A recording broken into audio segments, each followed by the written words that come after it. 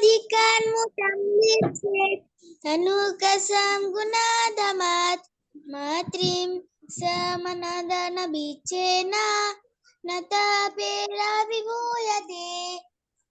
हरि बोल, very beautiful. विश्वरूप को by heart हो गया। हरि बोल। आपके कृपा से।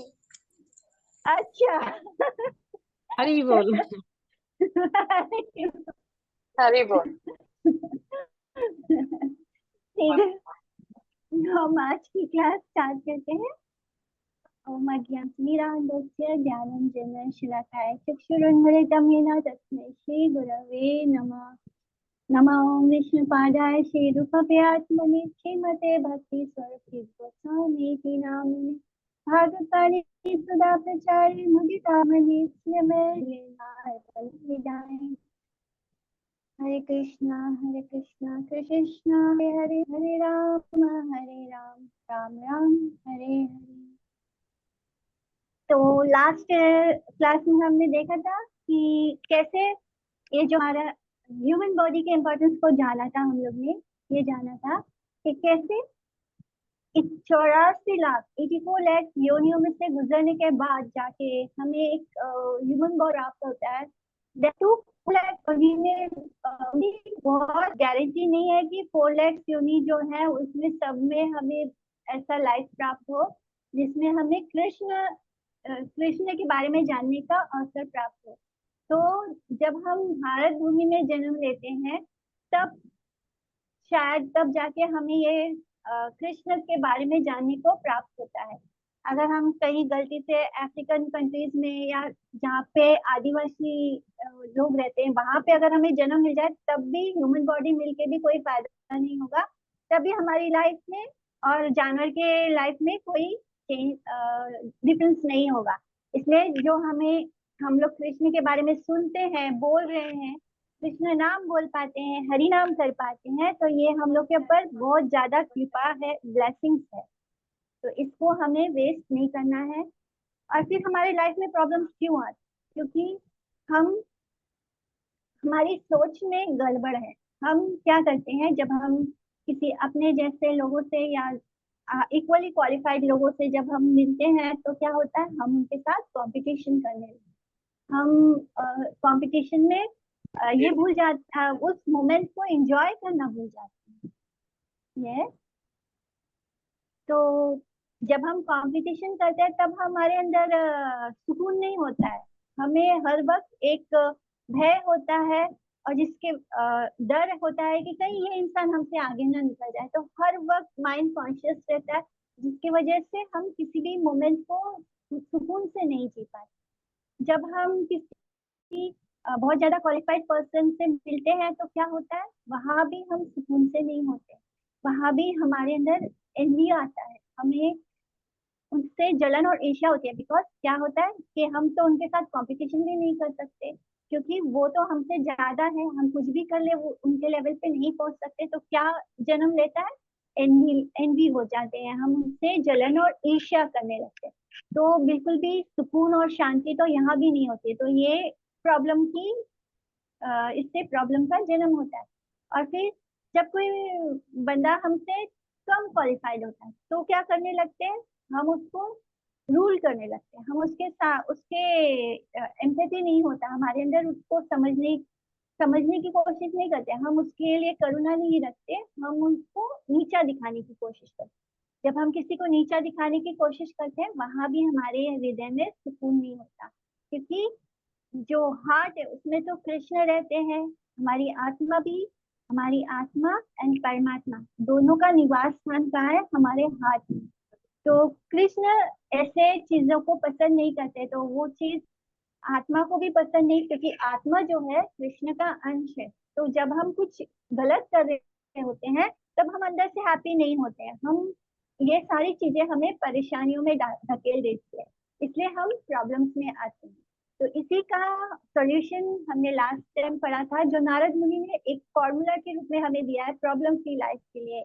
गुणाधिकान मुदम हिस्सेत अनुक्रोशम गुणाधमात मैत्रीम समानात अन्विच्छेन नाटापेत अभिभूयते ताप ना तापेर बोलते हैं, इन्हें ताप नहीं होता, परेशानी नहीं होती।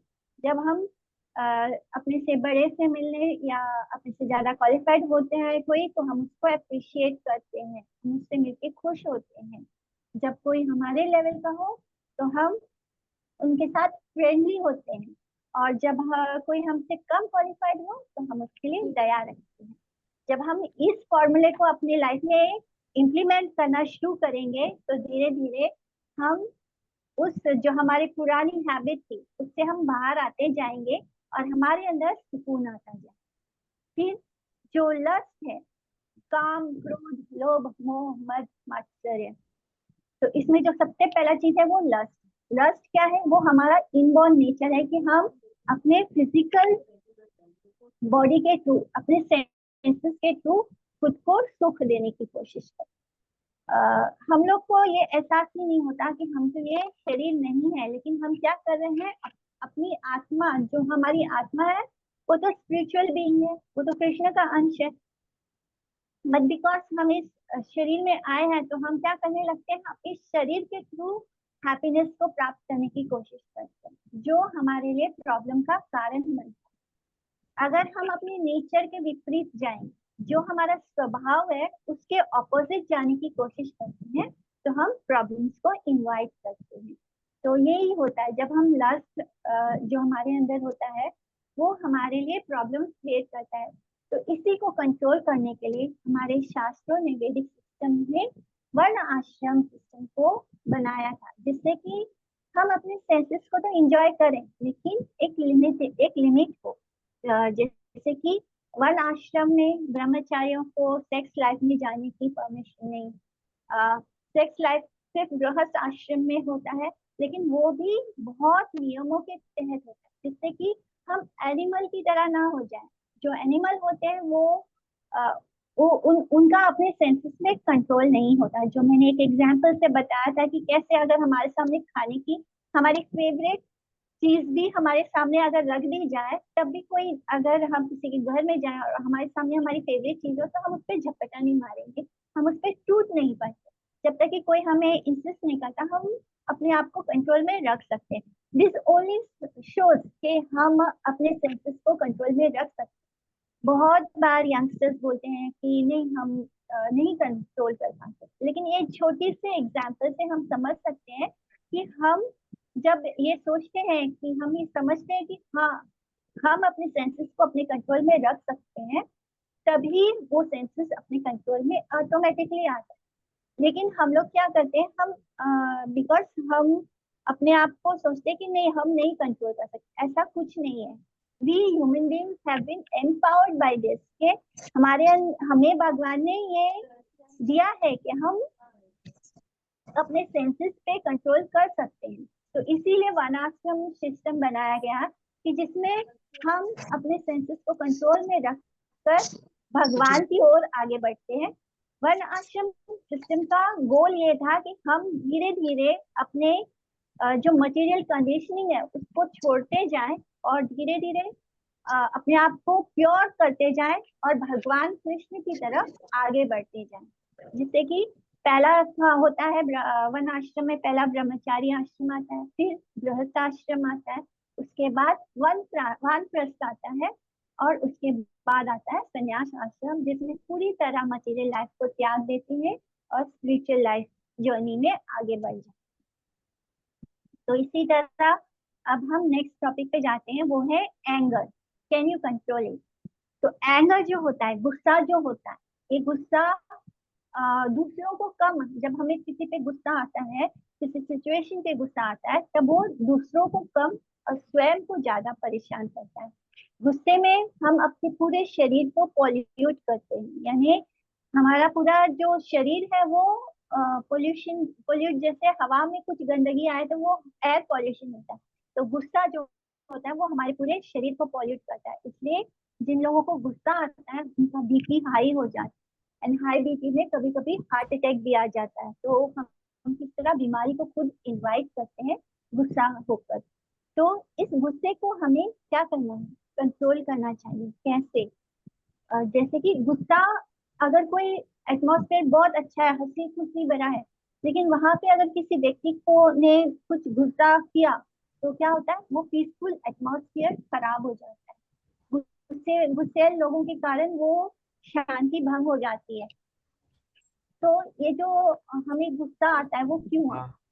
जब हमारे सेंसेस को, हमारे सेंस ऑब्जेक्ट को किसी चीज से अटैचमेंट होती है, यानी हमें अगर किसी से अटैचमेंट हो या कोई चीज से अटैचमेंट हो, किसी व्यक्ति से अटैचमेंट, और वो चीज हमें नहीं मिल पाती, अगर हम उसको इंजॉय नहीं कर पाते, वो ऑब्जेक्ट हमें इंजॉयमेंट के लिए नहीं मिलता, तो वो क्या होता है, वो धीरे धीरे हमारे अंदर क्रोध को भर देता है।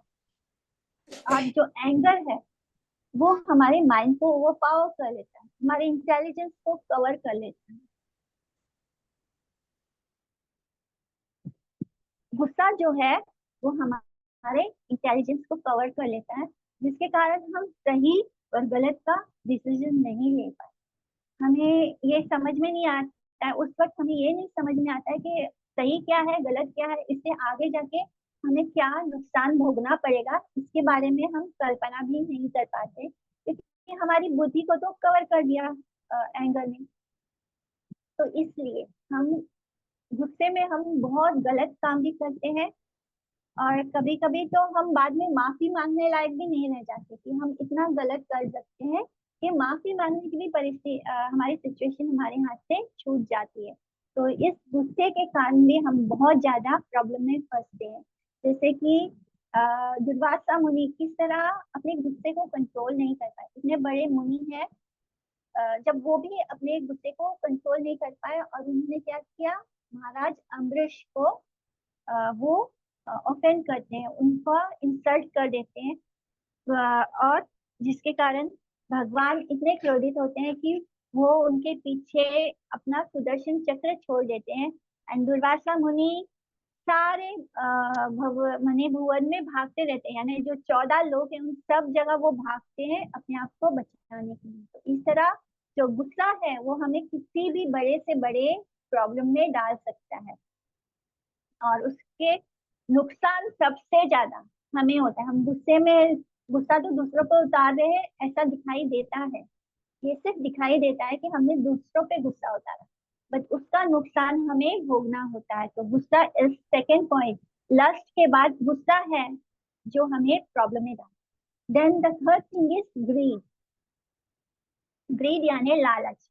जब हम दूसरों को देखते हैं प्रॉस्पर करते हुए, या उससे हमें क्या होता है, हमें खुशी नहीं होती, तो हमें भी उस चीज को पाने की इच्छा होती है, और हम उस ग्रीड में कभी कभी बहुत गलत रास्ते पे भी चले जाते हैं। हम लैविश लाइफस्टाइल में को अपनाने लगते हैं, जिसमें क्या होता है कि एक तरह से तो जैसे कि हम कंपटीशन ही करने लगते हैं। अगर किसी और के पास, हमारे नेबर के पास, हमारे फ्रेंड के पास कोई चीज है, तो उसको देखकर हमें लालच आता है और हम भी उस चीज को पोजेस करना चाहते हैं, और इस तरह हम एक के बाद एक मटेरियल चीज में एंट्रैप होते जाते हैं। और गुस्सा जो होता है, गुस्सा तो हमने बात कर ली। जो ग्रीड होता है, ग्रीड का कोई लिमिट नहीं, हमारे लालच का कोई अंत नहीं है, और ये जो मटेरियल लाइफ में जो हम लैविश लाइफस्टाइल जीना चाहते हैं, मैंने एक के बाद एक, उसका नेवर एंडिंग होता है। वो हमारा जो ग्रीड है उसके इन चीजों के प्रति कभी खत्म ही नहीं होता। इसलिए मॉल्स हमेशा भरे भरे रहते हैं, क्योंकि एक के बाद एक कोई भी चीज हमें, एक्चुअली में हम हर चीज क्यों करते हैं, अपने आप को हैप्पीनेस देने के लिए, अपने आप को खुशी देने के लिए। बट बिकॉज हम लोग क्या कर रहे हैं, हम अपने शरीर को खुश करना चाहते हैं, हम अपनी आत्मा को खुश नहीं कर रहे हैं। जो चीजें मॉल्स में, शॉप्स में, स्टोर्स में मिलती हैं, वो चीजें हमारे शरीर को खुश करने के लिए है। तो शरीर को खुश करने से मैं खुश नहीं हूँ, यानी मैं कौन हूँ, मैं तो आत्मा हूँ। एंड आत्मा जो है वो शरीर से को खुशी देने वाली चीजों से खुश नहीं हो सकती। इसलिए मैं अपने पास कितनी भी चीजों का ढेर लगा लूं, कितने भी ब्रांडेड आइटम्स खरीद लूं, कितने भी महंगे से महंगा चीज खरीद लूं, वो चीजें मुझे दो दो पल के बाद, बस मैंने एक कुछ अच्छा ब्रांडेड बैग खरीद लिया, आपको कितनी देर वो बैग खुशी देगा? बस आपको खरीदने तक की वो खुशी थी कि एक बार मैं उसको पोजेस कर लूं। जैसे ही आपने उसको खरीद लिया, वो खुशी उसी पल खत्म। उसके बाद वो चीज से आपको कुछ लगाव भी नहीं होता, कुछ खुशी भी नहीं मिलती। तो ये चीजें जो है, ये जो मटेरियल चीजों से हम अपने आप को सुख देने की कोशिश कर रहे हैं, ये ये खुशी नहीं मिलती। इसलिए एक के बाद एक हम चीजों को खरीदते जाते हैं और अपने आप को खुश देखना चाहते हैं, किंतु हमें खुशी नहीं मिलती। इसलिए हाँ, इसलिए शास्त्र क्या बोलते हैं, माँ गृदा कश्यावित धनम, यानी ये जितने भी धन वस्तुएं हैं, जिन्हें भी हम पैसों से खरीदते हैं, ये चीजें हमें सुख नहीं देती। यानी ये हमारे से हम इसको अपने सेंसेस को खुश करने के लिए ये चीजें खरीद तो रहे हैं, लेकिन इनका कोई अंत ही नहीं होता, क्योंकि हमें अल्टीमेटली तो हमें हैप्पीनेस नहीं मिल रहा है। तो हमारा वो ग्रीड बढ़ते जाता है, हम और पाने की इच्छा करते जाते हैं कि ये आएगा तो हम खुश हो जाएंगे, ये प्रॉपर्टी आएगी तो हम खुश हो जाएंगे। थोड़ा हम कंपटीशन में खरीदते जाते हैं, थोड़ा हम अपने आपको अपने सेंसेस के लिए को सेटिस्फाई करने के लिए, खुश करने के लिए खरीदते जाते हैं चीजों को, बट अल्टीमेटली हमारे हाथ में अनहैप्पीनेस लगता है। तो इसके इसको इस कारण हम बहुत प्रॉब्लम में फंसते हैं। कभी कभी हम लोन लेकर भी चीजें खरीदते हैं। हम लोन पर फोन खरीद लेते हैं, महंगा से महंगा फोन खरीद लेंगे, हम लोन पर ले लेते हैं, भले ही हमारे पास उसको चुकाने के हमारे पास कोई गारंटी नहीं कि फ्यूचर में हम उसको चुका पाएंगे। एंड इस वजह से भी हमारे लाइफ में बहुत सारे ढेर सारे प्रॉब्लम्स आते हैं। तो greed is the third thing, third reason कि हमारे लाइफ में प्रॉब्लम क्यों आती है। नेक्स्ट इज इल्यूजन, यानी माया। माया क्या है?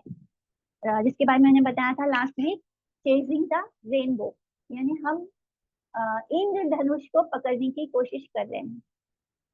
वो इंद्रधनुष के पीछे हम भाग रहे हैं।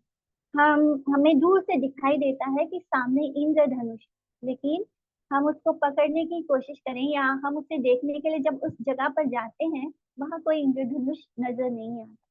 तो ये एक इल्यूजन की तरह है, यानी रेनबो का चेस करने जैसा, रेनबो के पीछे भागना, इंद्रधनुष के पीछे भागना।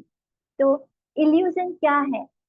हमारा सबसे बड़ा इल्यूजन क्या है, मोह क्या है? इग्नोरेंस।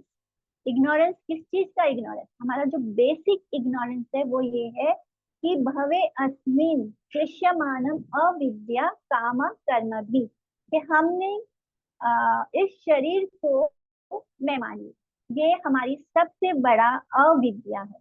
यानी ये हमारा सबसे बड़ा अज्ञानता है कि हमने क्या किया, इस शरीर को मैं मान लिया।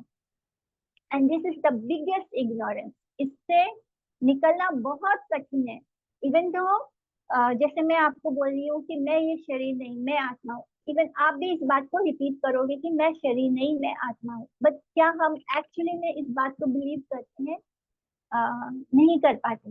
ये धीरे धीरे हरि नाम से जब हमारे जो हम चैंटिंग करते हैं, हरे कृष्णा महामंत्र को चैंट करते हैं, उससे क्या होता है, धीरे धीरे हमारे हार्ट में जो ये ये सारा इल्यूजन है, इल्यूजन के कारण जो हमने बहुत जन्मों के कारण हमें ये बिलीव हो गया है कि हम ये शरीर है।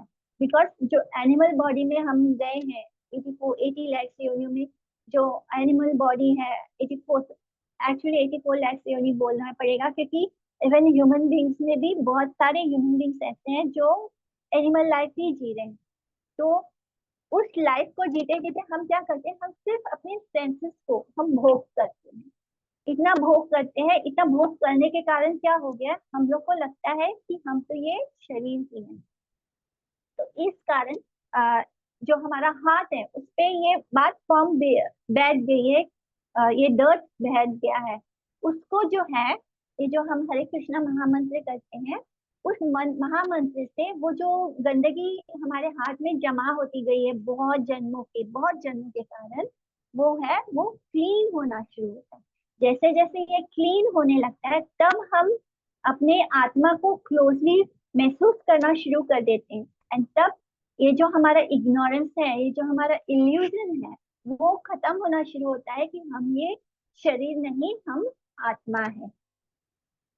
तो ये हमारा सबसे बड़ा इल्यूजन है कि हमने अपने आप को शरीर मान लिया। एंड देन हम अपने आप को शरीर मानते हैं, इसीलिए हर प्रॉब्लम की शुरुआत इसी जगह से होती है कि हमने अपने आप को शरीर मान लिया। हम जो भी काम करते हैं वो किस लिए करते हैं? अपने शरीर को संतुष्ट करने के लिए। हम अपने आप को अच्छे से अच्छा भोजन देना चाहते हैं, फिर भले ही उसके लिए हमें किसी एनिमल को भी स्लैश करना पड़े, नॉन वेज खाना पड़े, कुछ भी खाना पड़े, बस हमारे जीवा को संतुष्टि मिलनी चाहिए। हमारे लिए अच्छा अच्छा नरम नरम बेड होना चाहिए हमेशा। भले ही उस पे सोने के बाद हमारे कमर में दर्द हो जाए या कुछ भी हो जाए, लेकिन हमें बहुत लग्जरी चीजें चाहिए। ये जो हम शरीर को सुख देने की कोशिश करते हैं, इसका सबसे बड़ा कारण ये है कि हमने खुद को शरीर मान लिया, जबकि ये चीजें हमारे शरीर को उल्टा नुकसान ही पहुंचाती है।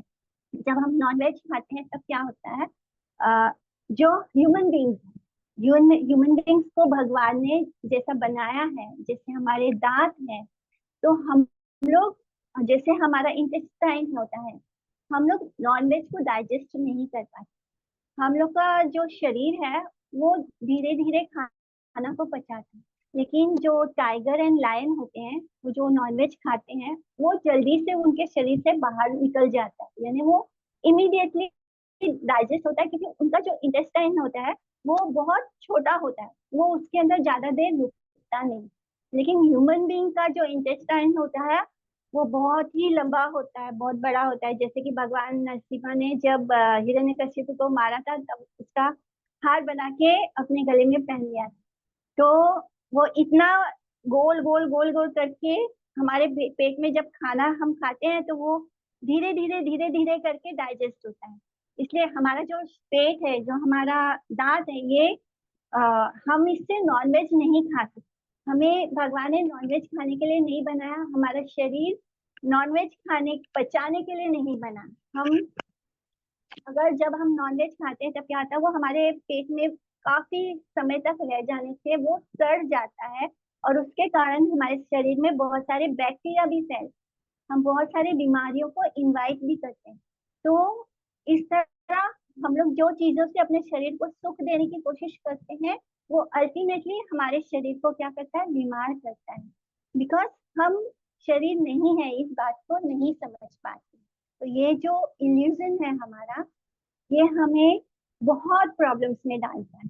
और ये जो हमारा सोच है कि हम ये शरीर है, उसके कारण ही उसको गुरुदेव बोलते हैं ये bed rock of all the other problems. यानी जो लस्ट है, जो एंगर है, जो ग्रीड है, प्राइड है, एनवी है, ये सब क्यों आता है?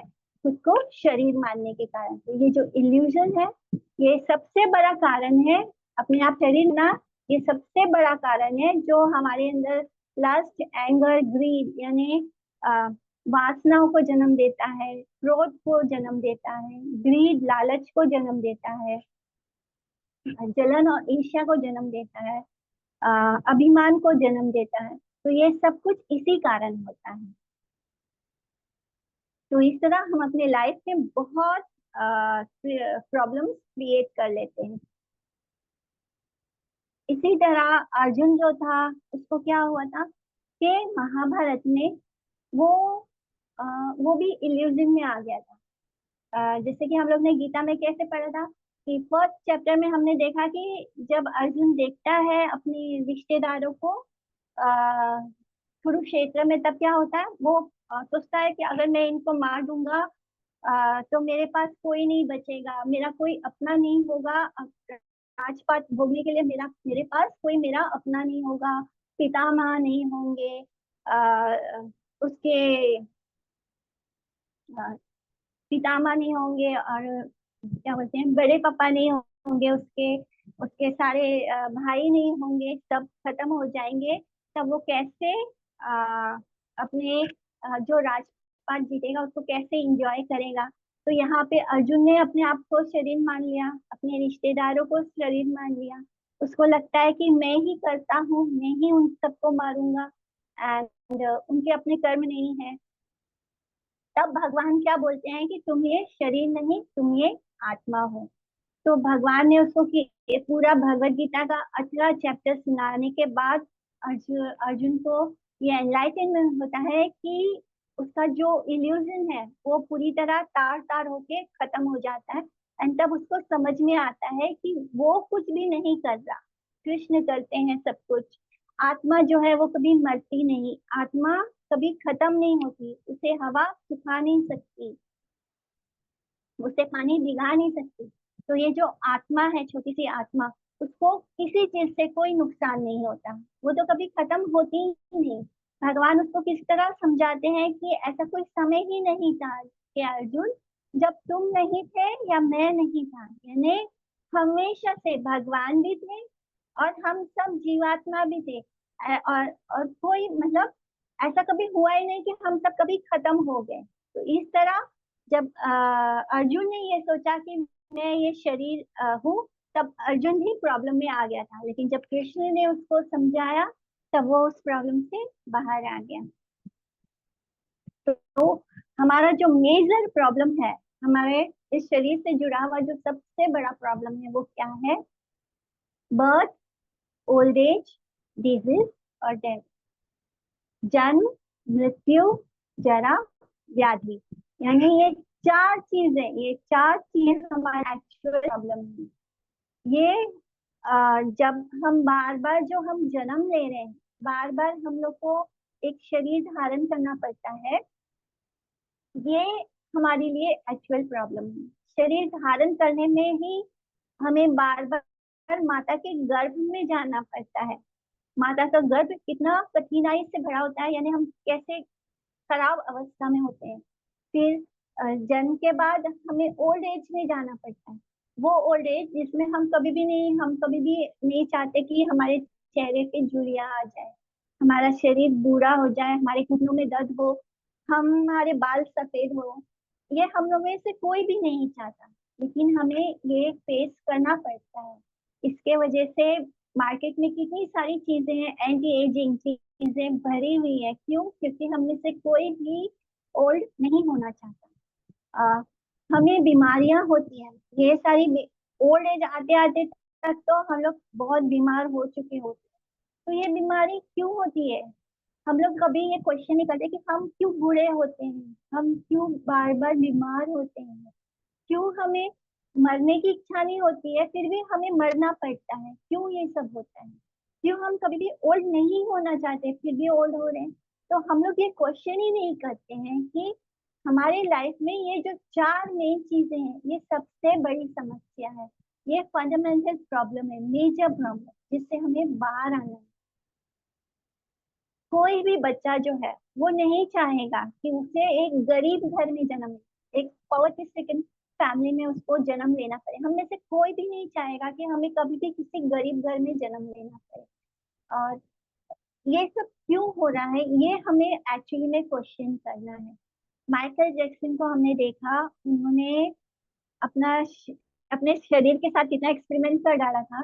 मैंने कितना वो प्लास्टिक सर्जरी से गुजरे, अपने एजिंग को रोका, अपने आप को सुंदर ब्लैक से गोरे हो गए, अपने एज को रोकने की कोशिश की। उन्होंने सारे डॉक्टर्स को इंतजाम करके रखा था so that he can live more than 150 years, but he died at the age of 50। क्या वो अपनी डेथ को रोक पाया? नहीं रोक पाया। अपनी एज को बढ़ने से रोक पाया?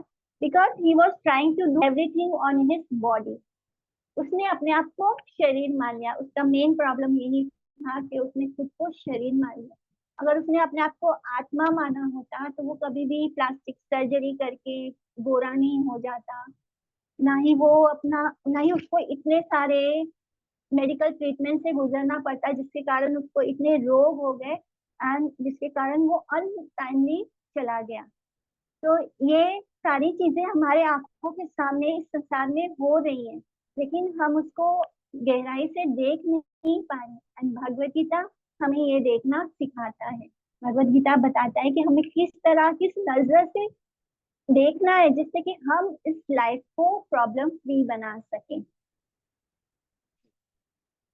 भगवान अर्जुन को क्या बोलते हैं भगवत गीता में? अल्टीमेटली बोलते हैं कि सर्वधर्मान परित्याज्य मामेकम शरणम व्रज। तो यही एक चीज करनी है कि जब हम भगवान की शरण लेंगे, तब हम बहुत सारे प्रॉब्लम से मुक्त हो जाएंगे, क्योंकि कृष्ण हमारी सारी रिस्पॉन्सिबिलिटीज लेने को तैयार बैठे हैं। ही जस्ट वांट कि हम उनको सरेंडर कर दें, लेकिन हम लोग कृष्ण को नहीं सरेंडर।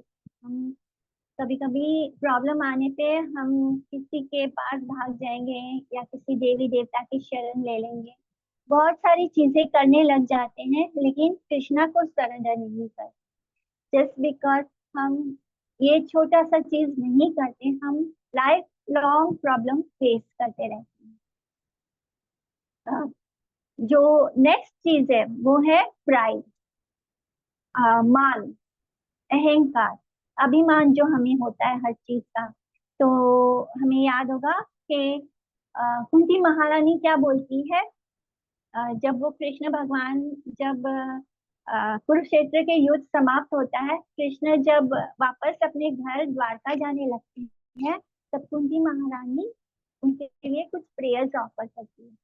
तो जब तक कुंती महारानी एंड 5 पांडव प्रॉब्लम्स में थे, कृष्ण जो थे वो कुंती जी के साथ थे। तब वो उनके सामने प्रेयर करती है और उन्हें दुख होता है कि कृष्ण अब उन्हें छोड़कर जा रहे हैं। अब जब सब कुछ ठीक हो गया, जब उन्हें राजपाट सब मिल गया, तो क्या हुआ, कृष्ण अब जा रहे हैं, लौट रहे हैं द्वारका।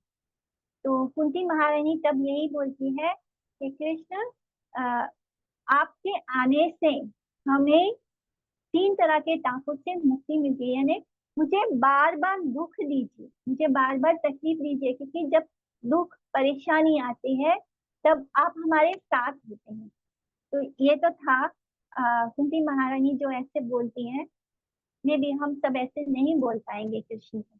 तो उसी प्रेयर में वो एक जगह बोलती है कि जन्म ऐश्वर्या श्रुता श्री इंधा मान मधा कुमार, यानी जिन लोगों के पास बहुत अच्छा जन्म होता है, यानी जो उच्च कुल में जन्म लेते हैं, ब्राह्मण कुल में जन्म लेते हैं,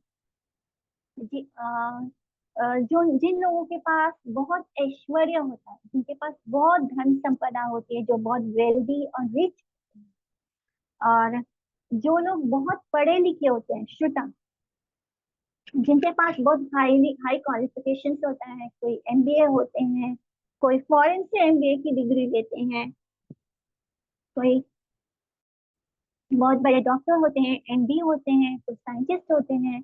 तो जिनके पास बहुत ज्यादा ज्ञान होता है, बहुत ज्यादा एजुकेशन होता है, हाईली एजुकेटेड होते हैं, एंड जिनके पास बहुत सुंदरता होती है, जो बहुत ब्यूटीफुल होते हैं, ऐसे लोग जो होते हैं उनके अंदर अभिमान होता है।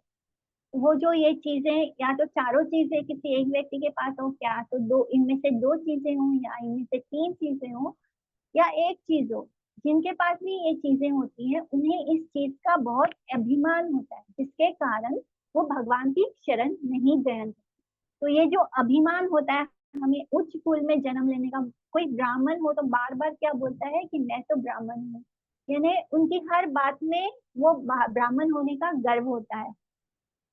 तो ये होता है, एक और नाम होता है, ये हमारे अहंकार का नाम होता है। हम इसे इसलिए कुंती महारानी बोलती है कि ये 4 लोगों को मान होता है, जिसके कारण वो तुम्हारे सामने शरणागत नहीं हो पाते। यानी जब तक हमारे अंदर इन चीजों का मान होगा, हम कृष्ण के सामने सरेंडर नहीं होंगे। जो लोग बहुत हाईली क्वालिफाइड होते हैं, एजुकेशन में बहुत अच्छे होते हैं, लोग उनको बहुत मान सम्मान देते हैं, जिसके कारण उनको बहुत अहंकार होता है। उन्हें लगता है कि ये सब जो ज्ञान है, जो बुद्धि है, ये सब मेरी है। जो लोग बहुत धन संपदा कमाते हैं, उनको लगता है ये सब मैंने मेरी मेहनत से कमाया है। जो ब्यूटीफुल होते हैं वो सोचते हैं कि मैं ही सब कुछ हूँ। यानी जो लोग बहुत सुंदर होते हैं, उनका बहुत ज्यादा समय तो अपने शरीर को सुंदर सजाने संवारने में ही चला जाता है। उनके पास तो वैसे ही टाइम नहीं होता है भगवान की शरण लेने का। तो इस तरह ये जो 4 लोग हैं, इनके लिए बहुत कठिन होता है भगवान के सामने सरेंडर करना। तो कुंती महारानी क्या बोलती है कि जो आ, जिसके पास ये चीज नहीं होती, जो या फिर जिनके पास ये सब कुछ होने के बाद भी जिनके अंदर जन्म ऐश्वर्या सुधा शिबिर इदा मान मदा पुमान नेवर हाथी अभिधातुम वै स्वाम अकिंचन गोचरम, यानी आप अकिंचन भक्तों के पास को के लिए इजीली अवेलेबल हो। यानी हमारे पास भले कितना भी धन संपदा हो, हमारे पास ब्यूटी हो, जो कुछ भी, लेकिन हमारे पास उसका घमंड या अहंकार ना हो, तब हम किंचन होते हैं। यानी जैसे महाराज अम्बरीश थे, महाराज अम्बरीश अपना सारा समय कृष्ण को देते थे। यानी वो राजा थे, पूरी पृथ्वी के राजा थे, पूरे भारतवर्ष के राजा थे, लेकिन फिर भी उनके अंदर कोई अभिमान अहंकार नहीं था। वो सब कुछ कृष्णा की प्रॉपर्टी को समझते थे। जब हम बहुत सुंदर होते हैं तो हमारे पास्ट लाइफ में कुछ अच्छे कर्मों के कारण हमें बहुत सुंदरता प्राप्त हुई। अगर हमने पास्ट लाइफ में बहुत अच्छा कुछ किया है तो हमें उच्च कुल में जन्म प्राप्त। अगर हमारे पास्ट लाइफ में अच्छे सुकृति है तो हमें बहुत धन संपदा वाले बहुत रिच फैमिली में जन्म मिलता है। हमें या तो बहुत अच्छे एजुकेशन प्राप्त होती है। ये सब कुछ जो हमें चार चीज प्राप्त होती है, इसमें मैं और मेरा कुछ नहीं होता। ये सब हमें कुछ अच्छे कर्मों के कारण इस जन्म में प्राप्त होता है, लेकिन हम लोग उसको खुद कमाया जैसे मान लेते हैं। भगवान की इच्छा के बिना हमें कुछ भी प्राप्त नहीं होता। इसलिए जब हम इन चीजों का अहंकार करते हैं तब ये अहंकार भी गलत होता है, टेम्पररी होता है, क्योंकि ये चीजें बॉडी के साथ हैं। अभी मैंने एक फोटो पोस्ट किया था ग्रुप में, इन्फो ग्रुप में, तो उसमें यही बात लिखी थी, यही बात समझाने की कोशिश की थी कि ये सारी चीजें जो है ये हमारे शरीर से जुड़ी हैं। हमें सुंदरता भी कितनी भी प्राप्त हो, अंत में हमारा हर्षित क्या होगा, हम मृत्यु के साथ वो सुंदरता चली जाएगी, चाहे हम कितने भी रिच क्यों ना हो। जैसे ही हम मर जाएंगे हम कुछ भी साथ लेकर नहीं जाएंगे। हम कितने भी पढ़े लिखे क्यों ना हो, हमारे पास कितना भी मटेरियल एजुकेशन क्यों ना हो, नेक्स्ट बर्थ जब हमें प्राप्त होगा तो हमें फिर से ABCD से ही स्टार्ट करना होगा, चाहे हम कितने भी बड़े साइंटिस्ट होकर मरे हो लास्ट बॉडी में। नेक्स्ट बर्थ जब प्राप्त होगा तो हमें दोबारा ABCD से ही स्टार्ट करना होगा। तो ये सारी चीजें, ये सारा चीज क्या है, हमारा फॉल्स प्राउड है, ये ईगो है, फॉल्स ईगो है, जिसके कारण हम बहुत प्रॉब्लम में आते हैं, क्योंकि हम कृष्ण को ही सरेंडर नहीं कर पाते। एंड हम पावर और प्रेस्टीज में लगे रहते हैं। हम अपने सिचुएशंस को मैनिपुलेट करते हैं। जैसे कोई बहुत सुंदर हो तो वो अपनी ब्यूटी का इस्तेमाल करके हर जगह लोगों को से आगे बढ़ सकता है, लेकिन अंत क्या होता है, इस शरीर का अंत कैसे होगा। वैदिक लिटरेचर बोलता है कि हमारे शरीर का 3 तरह से गति होता है। वो क्या होता है, कृमि, विद और भस्म। कैसे, जब हम मर जाते हैं तब क्या होता है, जब मर जाते हैं तब ये शरीर 3 तरह से खत्म होता है। कृमि यानी वर्म, उसको खाकर खत्म करते हैं। दूसरा होता है विद, यानी अगर कोई वल्चर या कोई डॉग या उल्फ उसको खा लेते हैं इस शरीर को, तो वो स्टूल में उसको निकाल देते हैं, तो वो विद हो गया। एंड थर्ड होता है भस्म, जब हमारे शरीर को अग्नि में क्रिमेट किया जाता है, अग्नि दाह संस्कार होता है, तब वो भस्म हो जाता है, यानी वो एशेस में ट्रांसफॉर्म हो जाता है। तो हम में से हर किसी के शरीर का बस यही 3 गति होना है। अगर उसे जमीन के अंदर बरी कर दिया जाए, दफना दिया जाता है, तो वर्म्स उसको खा लेते हैं, वर्म्स उसको खाते हैं, कीड़े खाते हैं। अगर उसे ऐसे ही छोड़ दिया जाए तो वल्चर या चमगादड़ या इस तरह के जो पक्षी होते हैं वो उसको नोच नोच के खा लेंगे और बाद में उसको स्टूल में निकाल देंगे, यानी मल में निकाल देते हैं। और अगर हिंदुओं की तरह उसे अग्नि के हवाले किया गया है तो वो भस्म में ऐश बन जाएगा। तो ये सिर्फ हमारी यही 3 गति होने वाली है। अगर हम इस बात को हमेशा याद रखें कि हमारा सिर्फ यही 3 गति होना है, तो हम ये इसे आप सेकेंड फॉर्मूला याद रखिए। फर्स्ट हमने पढ़ा था नारद मुनि का, this is the second thing we have to remember कि इस शरीर का सिर्फ 3 गति होना है, कृमि, विद हंसी, यानी इन तीन चीजों से हमारे शरीर का अंत हो ही जाए, ऐसा ही होना है कि चाहे हमें हमारे पास कितना भी नाम हो, कितना भी फेम हो, कितनी भी ब्यूटी हो, कितना भी धन संपदा हो, कितना भी हमें मटेरियल एजुकेशन क्यों ना प्राप्त हुआ हो, हमारा गति बस इतना ही होना है। जब ये चीज हमें हर पल याद रहेगी तो हमारे अंदर झूठा अहंकार नहीं आएगा। द नेक्स्ट प्रॉब्लम क्रिएशन चीज है एनवी। एनवी हमें कैसे प्रॉब्लम में डालता है? मत्सर्य बोलते हैं संस्कृत में, एनवी को मत्सर्य बोलते हैं। इट मीन्स परा उत्कर्ष आशा असहनम, यानी हम दूसरों की प्रॉस्पेरिटी को सहन नहीं कर पाते। फिर चाहे हमारे रिश्तेदार हो, अगर कोई हमारा रिश्तेदार अच्छी गाड़ी ले ले या बहुत घर में उसके अच्छा बड़ा टीवी आ जाए या महंगा फोन ले ले या घर में बहुत प्रॉस्पेरिटी आ जाए, तो इंटरनली हम जलना शुरू हो जाते हैं। इसको बोलते हैं मत्सर्य, यानी एनवी।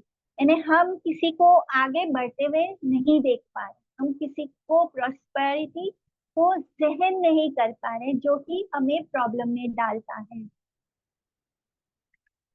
जैसे कि चाणक्य बोलते हैं, उनका एक फेमस लाइन है, वो क्या बोलते हैं कि जो सांप होता है वो बहुत क्रूअल होता है, सांप तुरंत डस लेता है, लेकिन उससे भी ज्यादा क्रूअल कौन होता है? एक एनवियस पर्सन, एक इंसान जिसके अंदर बहुत एनवी है, जिसके अंदर मात्सर्य है, वो बहुत डेंजरस होता है, वो सांप से भी ज्यादा डेंजरस होता है।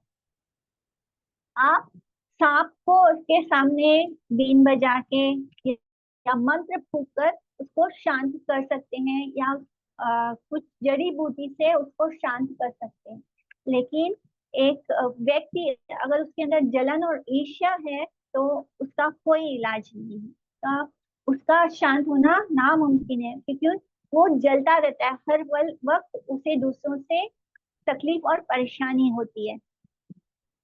वो उसके अंदर भगवान को स्वीकार करने की बुद्धि नहीं होती, वो भगवान के आ, वो भगवान को स्वीकार नहीं करता, उसको भगवान में फेथ नहीं होता, एंड उसको स्क्रिप्चर्स जो है, जो हमारे शास्त्र हैं, उस पर भी उसको विश्वास नहीं होता।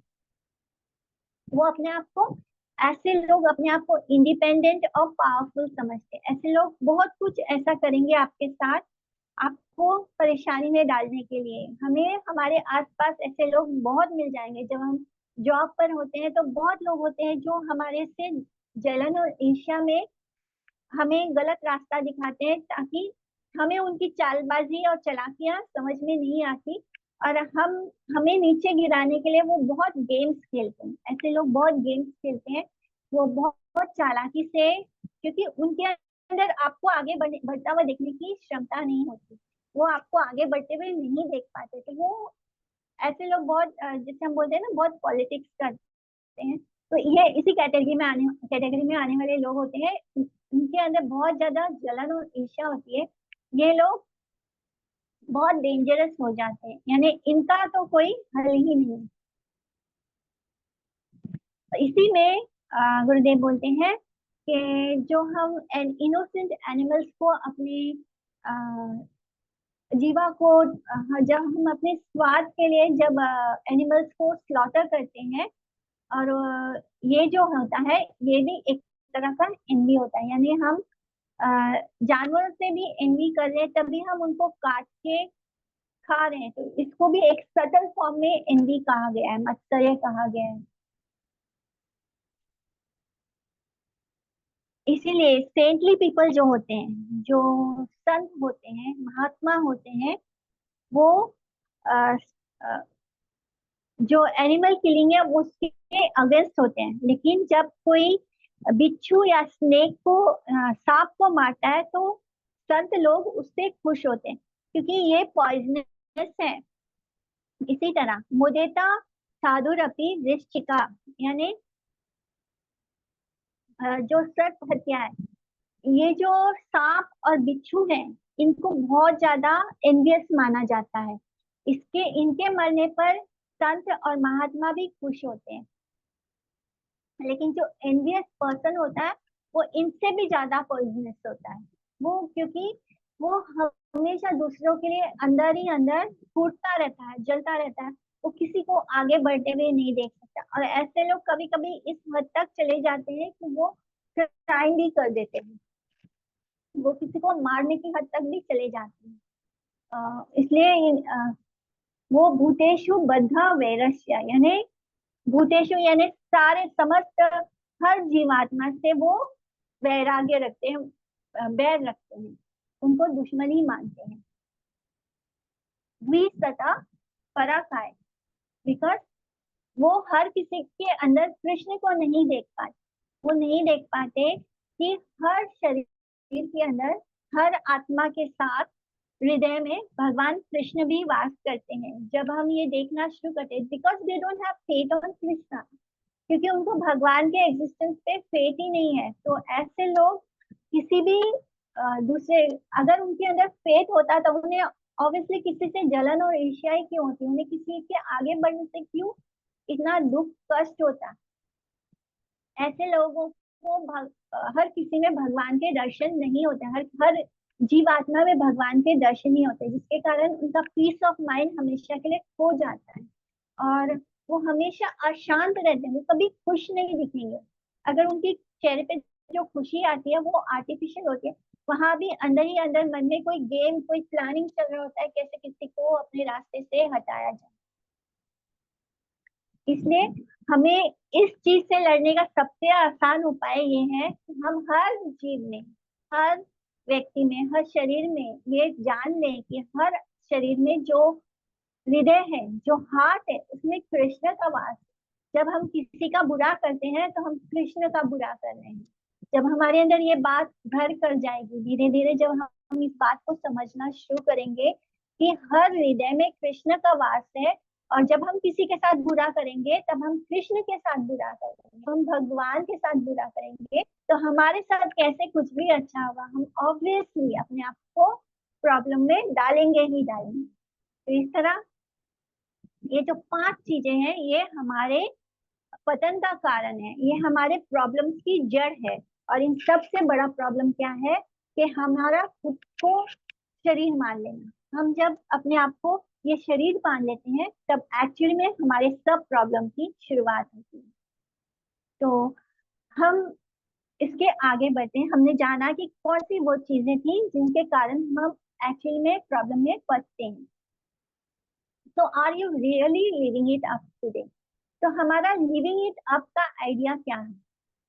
यानी गुड लाइफ, भरपूर जीना। यानी हम जितना ज्यादा अपने फिजिकल सेंसेस को सुख देख पाए, हम अपनी इंद्रियों को जितना सुख करने की कोशिश करते हैं, हम उसे बोलते हैं कि वी आर लिविंग इट, माने हम पूरी तरह से अपने जीवन को जी रहे हैं। ऐसा बोलते हैं जब हम अपने सेंसेस को सुख देने की कोशिश करते हैं।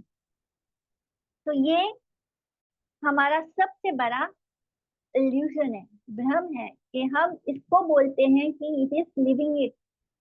हम अपने जीवन को फुली लिव करें जब हम घूमे फिरे, अपने किसी पार्टी करते हैं, डिस्को में जाते हैं, यानी हम किसी भी तरह से अपने इंद्रियों को तृप्त करने की कोशिश करते हैं। और इसी जीवन शैली को हम क्या बोलते हैं कि हम लाइफ को फुली जी रहे हैं। हम इस तरह गलत रास्ते पर जाते हैं। जैसे कि नॉर्मली क्या होता है, हमें बहुत ज्यादा सेंस ग्रेटिफिकेशन चाहिए होता है, इतना के जो साइंटिस्ट हैं वो क्या कर रहे हैं, वो ये खोज करते हैं कि और एक प्लेनेट कहाँ है जहाँ पे हमें हम वहां पे जाकर हाई स्टैंडर्ड ऑफ लिविंग जी सके। हमारे लिए हाई स्टैंडर्ड ऑफ लिविंग का मतलब है बहुत लग्जरी लाइफस्टाइल। जितना हमारा लग्जरी लाइफस्टाइल होगा उतना ज्यादा हम अपने आप को सुखी मानते हैं। तो जितने भी साइंटिस्ट होते हैं ये लोग क्या खोजने की कोशिश कर रहे हैं कि ये स्टार्स और प्लैनेट के पीछे क्या है, हम कैसे अपने इस मटेरियल लाइफ को और अच्छा बना सके, लग्जरियस बना सके। हाँ, हम दूसरा अर्थ प्लेनेट ढूंढने की कोशिश कर रहे हैं और वहां जाकर हम उसको, वहां जाके हम ट्रांसफर हो सके, वहां पे हम घर लेके बहुत अच्छे लग्जरी लाइफ को जी पाए। ये हमारी कोशिश चल रही है साइंटिस्ट की। बस इतना वो जानने की कोशिश कर रहे हैं कि आखिर में स्पेस में क्या एग्जिस्ट करता है। तो ये सब हम क्यों कर रहे हैं? ये सब हम इसलिए कर रहे हैं ताकि हम बेटर से बेटर लग्जरी लाइफ को जी पाए, अपने सेंसेस को बहुत ज्यादा इंजॉय कर पाए। ये होता है, ये कोशिश हो रही है ताकि हम अपने लाइफ को फुल्ली लीव कर पाए, हम अपने आप को पूरी तरह इंजॉय कर पाए। But this is not the real living. ये हमारा रियल नहीं है, क्योंकि हम इस शरीर से जितना भी सुख खोजने की कोशिश करें, भले हम दूसरे प्लैनेट में भी चले जाएं, तब भी ये हमें आ, वो जीवन नहीं देगा जो हमें खुशी दे सके। हम अपने आप को शराब में डुबो लेते हैं, हम लोगों के साथ लाइफस्टाइल को क्या बोले कि जैसे हम जो यंगस्टर्स होते हैं वो दूसरों को देख देख कर, अपने पीयर्स को देख कर ही शराब पीने लगते हैं। Cigarette smoking, it is has become so common, so common. हम अभी स्ट्रीट में बाहर निकलते हैं तो हम देखते हैं यंगस्टर्स को स्मोकिंग करते हुए openly, girls and boys both, they are openly smoking. उनका लाइफ इतना डिग्रेड हो चुका है and they are finding and they are thinking that हम इसको फुली जी रहे हैं, कंप्लीटली हम बहुत इंजॉय कर रहे हैं। तो ये होता है हमारा वेस्टर्न कल्चर को हमने पूरी तरह से अपने लाइफ में इंक्लूड करा पूरा। हम एक्चुअली हम पूरी तरह से कंप्लीटली ट्रांसफॉर्म हो चुके हैं वेस्टर्न कल्चर में। And this is the way. जो वेस्टर्न कल्चर था वहां पे तो कृष्ण नहीं आते, वहां के लोगों ने अपने आप को शरीर माना एंड शरीर को जितना वो लग्जरी दे सकते थे उसको लग्जरी देकर खुश करने के लिए, अपने आप को खुश रखने के लिए वो drug and wine and openly sex करना, किसी के भी साथ सो जाना, यानी ये जो लाइफस्टाइल है ये हमने वेस्टर्न कल्चर से पूरी तरह से कंप्लीटली ले लिया है। एंड शैंपेन पार्टी करना, ये जो हमारा आइडिया है अपने सेंसेस को, ये क्या है एक्चुअली? ये हम अपनी आत्मा से दूर जा रहे हैं, अपने आप को शरीर मानने के कारण ही हम ये सब कुछ कर रहे हैं। एंड अब हम देखते हैं कि हम लोग ने तो वेस्टर्न कल्चर को पूरी तरह से कंप्लीटली एब्जॉर्ब कर लिया है, हम उनकी तरह जीने लग गए हैं। एंड वो वेस्टर्न लोग श्रील प्रभुपाद की कृपा से भारत देश आते हैं, वो धोती कुर्ता पहनते हैं, जमीन पर बैठते हैं, यानी they are coming close to their soul and we are going away from our spirit soul। हम जितना दूर हम अपनी आत्मा से जा रहे हैं उतना ही दूर हम कृष्ण से जा रहे हैं। वो कृष्ण के पास आ रहे हैं, हम कृष्ण से दूर जा रहे हैं उनको कॉपी कर। तो इस तरह हम दिखावे की जिंदगी को जीना चाहते हैं, तड़क भड़क फ्लैशी कार्स, हमें अच्छे अच्छे कपड़े पहने हैं, हमें लोगों के साथ बहुत, आजकल तो ये बहुत कॉमन है कि हमें बहुत कंपटीशन में रहना है, हमें अच्छे अच्छे कपड़े पहनने हैं। स्पाउस किसको, लोगों को स्पाउस कैसा चाहिए? जो बहुत हैंडसम हो, गुड लुकिंग हो, ऐसे ही मतलब भले अंदर आपके अंदर कोई संस्कार अच्छे ना हो चलेगा, लेकिन दिखने में आप अच्छे होने चाहिए। तो this is the life that is going on. और इसका बेसिक क्या है? सेक्स, अल्कोहल एंड गैम्बलिंग, ये सब कुछ इतना ओपनली हो रहा है जो हमें एक तरह से हमें बर्बाद कर रहा है। जो हमारे इस कारण, जो हमारी ये जो हम लाइफ को जी रहे हैं इसके कारण लस्ट, लस्ट जितना हमारे अंदर बढ़ते जा रहा है, जितने ज्यादा हम वासना में जा रहे हैं, इस वासना के साथ सबसे पहला तो इल्यूशन यही था कि हमने खुद को शरीर माना है एंड इस शरीर को हम बहुत ज्यादा सुख देने की कोशिश में अपने आप को क्या कर रहे हैं, प्रॉब्लम्स में डाल रहे हैं। इवन नॉट ओनली सिटी में, जो गांव होते हैं, जो गांव में होता है वहां भी बहुत गलत चीजें होती है। बस ये होता है कि वहां पे वो लोग छुपा कर करते हैं। उनको लगता है कि छुपा के ये सब चीज, गलत चीजें करने से क्या होता है, उसमें उनको रस मिलता है, आनंद प्राप्त होता है। तो इट इज नॉट दैट कि ओनली सिटी में गलत चीजें हो रही है, even in the small towns में भी ये सब कुछ हो रहा है, जो हमें बहुत बड़े बड़े प्रॉब्लम्स में डाल रहा है। और इसके कारण क्या होता है, हमारा कुछ संस्कार बन जाता है, हमारे कॉन्शियसनेस पे ये आ जाता है, जिसके कारण ये हमारे नेक्स्ट लाइफ में भी कैरी फॉरवर्ड हो जाता है।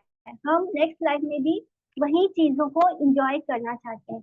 जैसे कि अ, हमने जो चीज खाया है उसी को बार बार खाने की कोशिश करते हैं।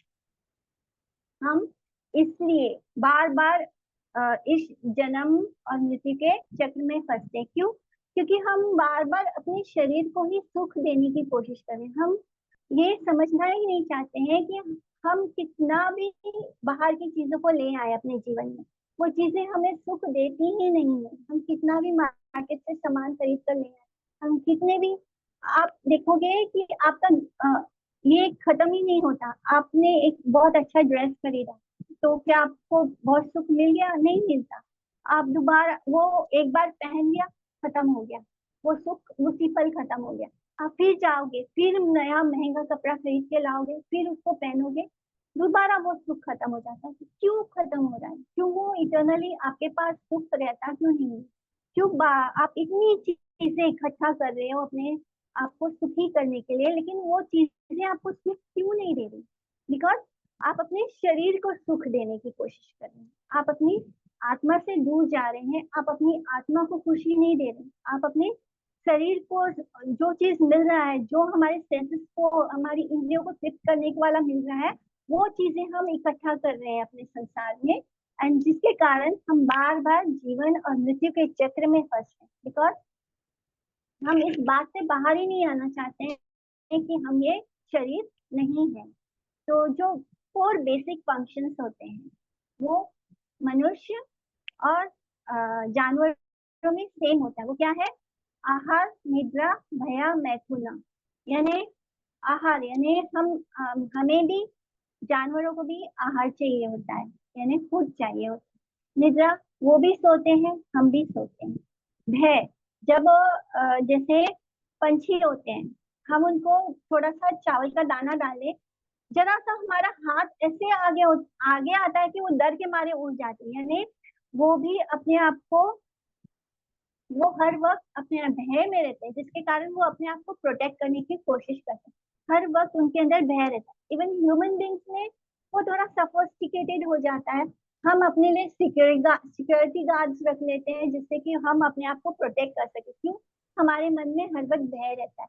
हमारे बॉर्डर्स पे इतने सैनिक क्यों खड़े? क्योंकि हमें भय रहता है कहीं दूसरा देश हम पे हमला ना कर दे। तो ये जो भय है, ये पंछियों में और हमारे में सेम है। वो भी हर पल भय में रहते हैं, हम भी हर पल भय में रहते हैं। मैथुन, सेक्स लाइफ, ये भी प्राणियों में भी होता है, एनिमल्स में भी होता है, ह्यूमन बींग्स में भी होता है। तो आहार, निद्रा निद्रा भया मैथुन समानम एतर पशु भी नरना, यानी पशु और नर दोनों में समान ही होता है। Eating, sleeping, fearing and depending oneself। तो मेटिंग, फियरिंग माने डिपेंडिंग oneself, और मेटिंग, ये 4 चीज जो है वो बर्ड्स हो, बीस्ट हो, ह्यूमन बींग्स हो, सब में सेम होता है। लेकिन ह्यूमन बींग्स क्या हैं, वो उसको सोफिस्टिकेटेड मैनर में करते हैं, और एनिमल जो होते हैं वो ओपनली करते हैं। तो बस इतना ही अंतर है, बाकी ये 4 चीजें दोनों में सेम होती है। और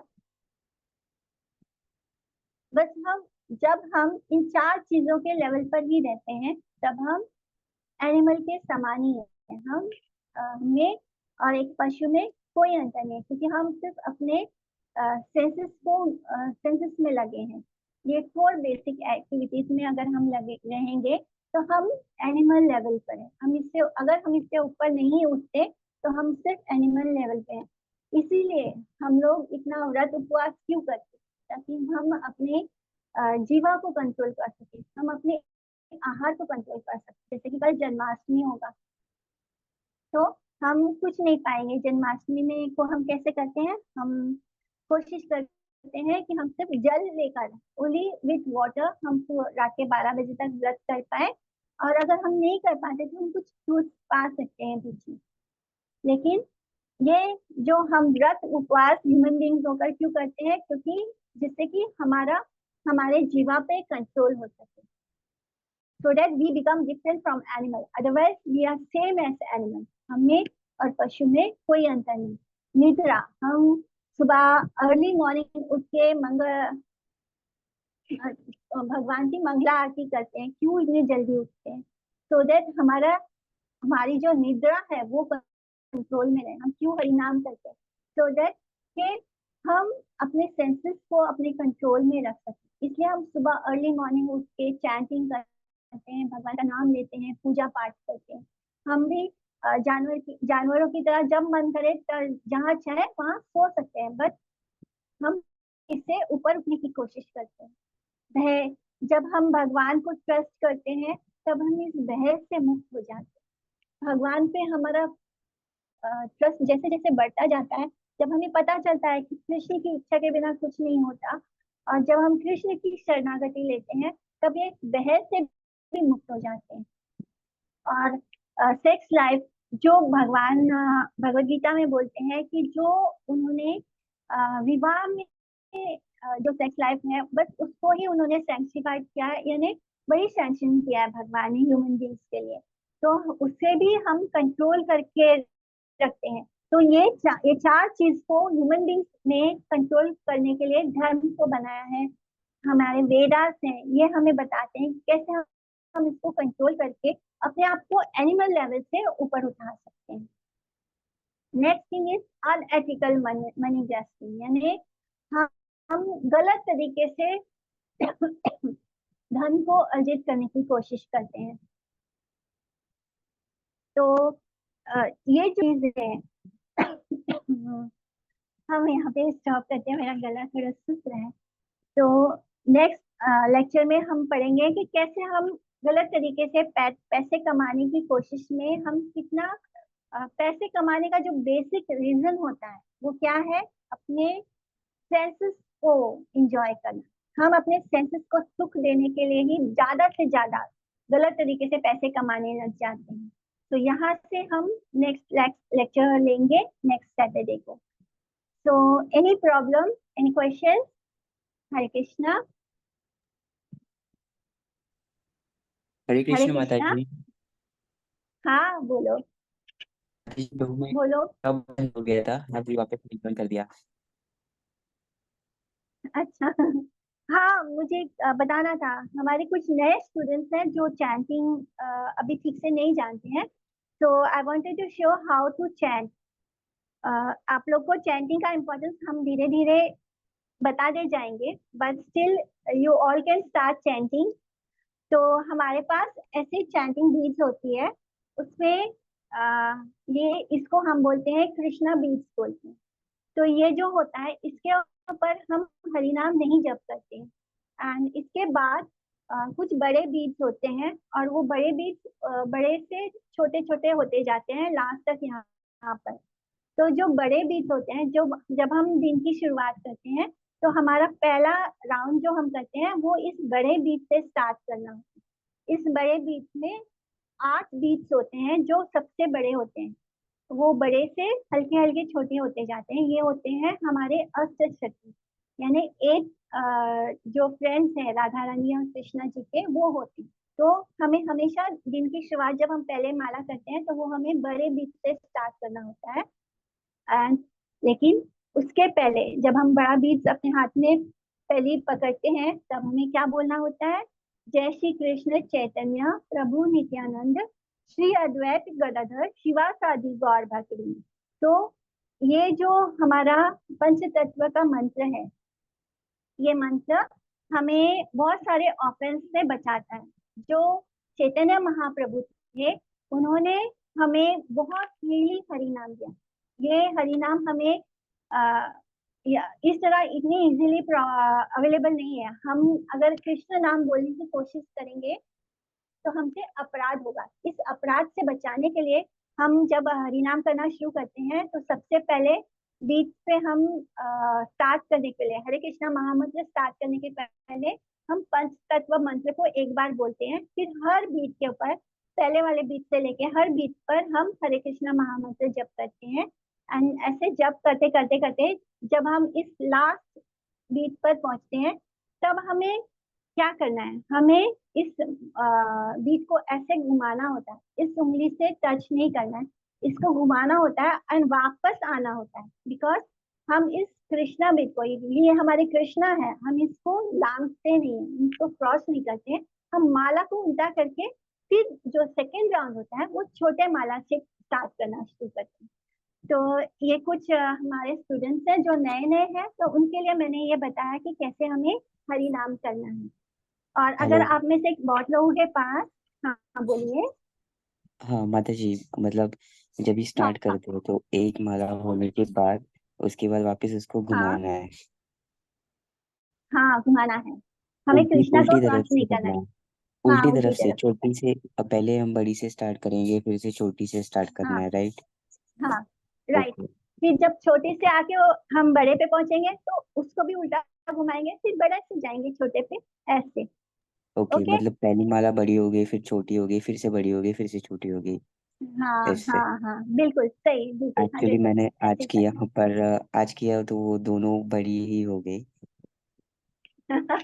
या, नहीं नहीं, बीच में हमारे कृष्ण है, उसको कृष्णा बीच भी बोलते हैं, तो उनको हमें नहीं क्रॉस करना है। हम ओके। यहाँ से बड़े से जाएंगे, छोटे पे पहुंचेंगे, फिर उंगली से उसको उल्टा घुमाएंगे, फिर छोटे से आएंगे, बड़े पे पहुंचेंगे। तो ऐसे हमें करना है। और जिन एंड लोगों के पास विच फिंगर? माला नहीं है अभी, तो वो ऐसे भी जो भी काम कर रहे हैं, जैसे भी हो, ओरली हरे कृष्णा महामंत्र जप एंड कर विच सकते हैं। फिंगर वी यूज, मतलब?